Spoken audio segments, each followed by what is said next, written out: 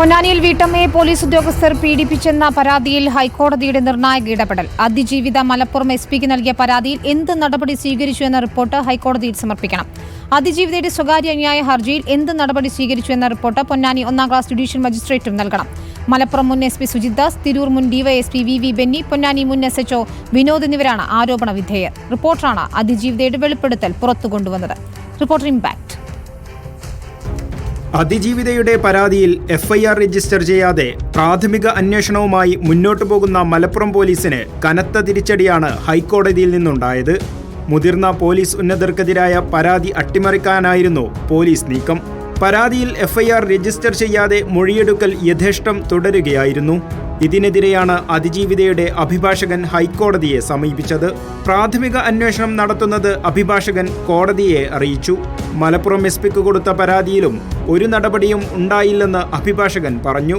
ഇതോടെ മലപ്പുറം SPയോട് ഹൈക്കോടതി റിപ്പോർട്ട് തേടുകയായിരുന്നു. ഈ മാസം 24-ന് മുമ്പ് റിപ്പോർട്ട് ഹൈക്കോടതിക്ക് കൈമാറണം. എന്തുകൊണ്ട് FIR രജിസ്റ്റർ ചെയ്യാൻ വൈകി എന്ന് അടക്കമുള്ള വിവരങ്ങൾ റിപ്പോർട്ടിൽ ഉണ്ടാകും. ഈ ഒഫൻസുകളെല്ലാം നടന്നിരിക്കുന്നത് പോലീസ് ഡ്യൂട്ടിയിൽ ഇരിക്കുന്ന സമയത്തല്ല, രാത്രി 10 മണിക്കെല്ലാം വിത്തൗട്ട് യൂണിഫോം വീട്ടിൽ വന്നിട്ടുണ്ടായ സംഭവങ്ങളാണ്.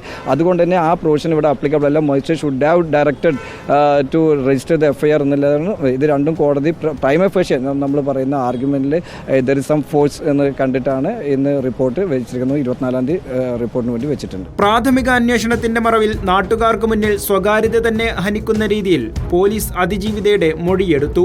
വൈകിട്ട് 6 മണിക്ക് ശേഷം പോലീസ് വാഹനത്തിലെത്തിയാണ് വീടിന് മുന്നിൽ യൂണിഫോം ധാരികളായ പോലീസുകാരെ കാവൽ നിർത്തിയ ശേഷമുള്ള മൊഴിയെടുപ്പ്. 2022-ൽ സംഭവം നടന്നതിന് പിന്നാലെ DYSP VV ബെന്നി ഇതേ പരാതിയിൽ FIR ചെയ്യാതെ അന്വേഷണം നടത്തി കഴമ്പില്ല എന്ന് കണ്ട് തള്ളിക്കളഞ്ഞിരുന്നു. സ്പെഷ്യൽ ബ്രാഞ്ച് DYSPയും പരാതി തള്ളിക്കളഞ്ഞു. പക്ഷേ അപ്പോഴും FIR രജിസ്റ്റർ ചെയ്തിരുന്നില്ല.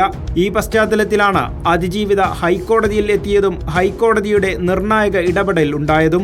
അതിജീവിതയുടെ സ്വകാര്യ അന്യായത്തിൽ എന്ത് നടപടിയെടുത്തു എന്ന റിപ്പോർട്ട് പൊന്നാനി മജിസ്ട്രേറ്റും ഹൈക്കോടതിക്ക് മുമ്പാകെ നൽകണം.